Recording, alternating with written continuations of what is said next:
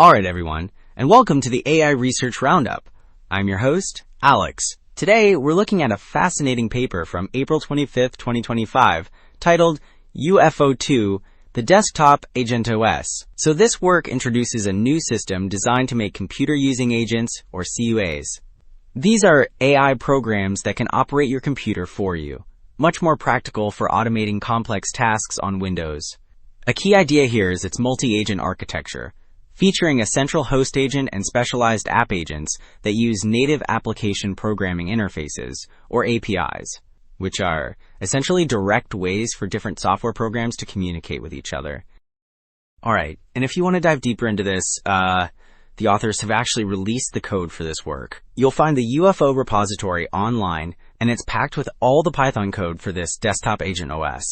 Plus, detailed setup instructions and configuration files, so you can get at automating tasks on Windows yourself. Okay, so this first figure really sets the stage. On the left, you see panel A, which represents existing computer-using agents.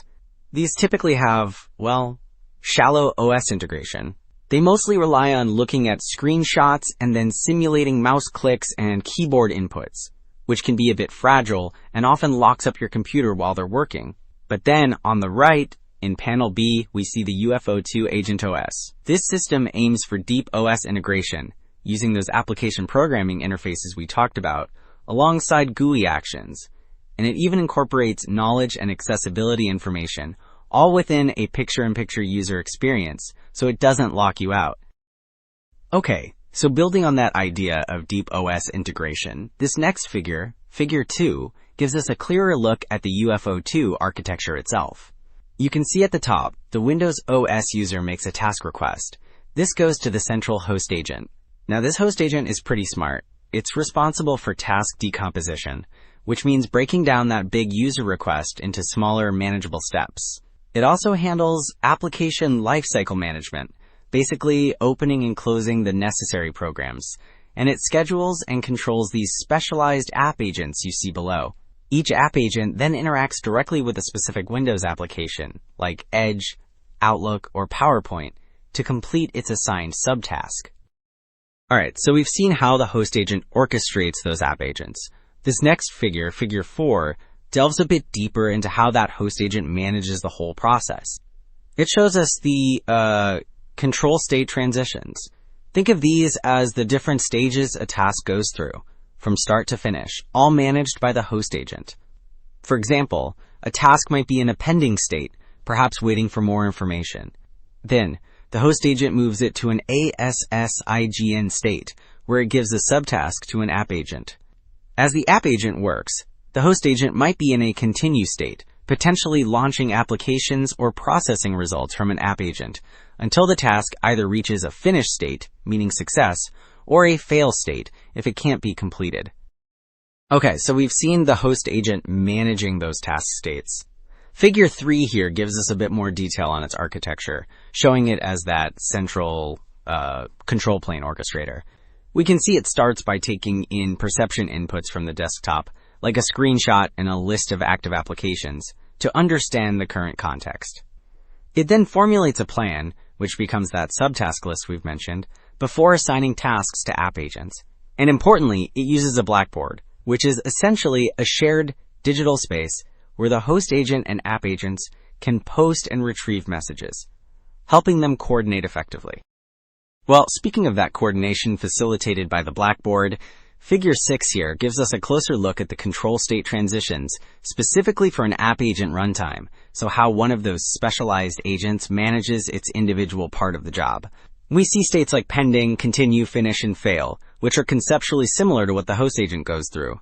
For instance, an app agent in the continue state, while working on its assigned subtask, might encounter a sensitive action, which could push it back to a pending state, perhaps requiring confirmation from the host agent. If its subtask is successfully completed, it transitions to finish, and you can see this then signals the host agent to continue with the broader task. Alright, so we've seen how an app agent manages its states.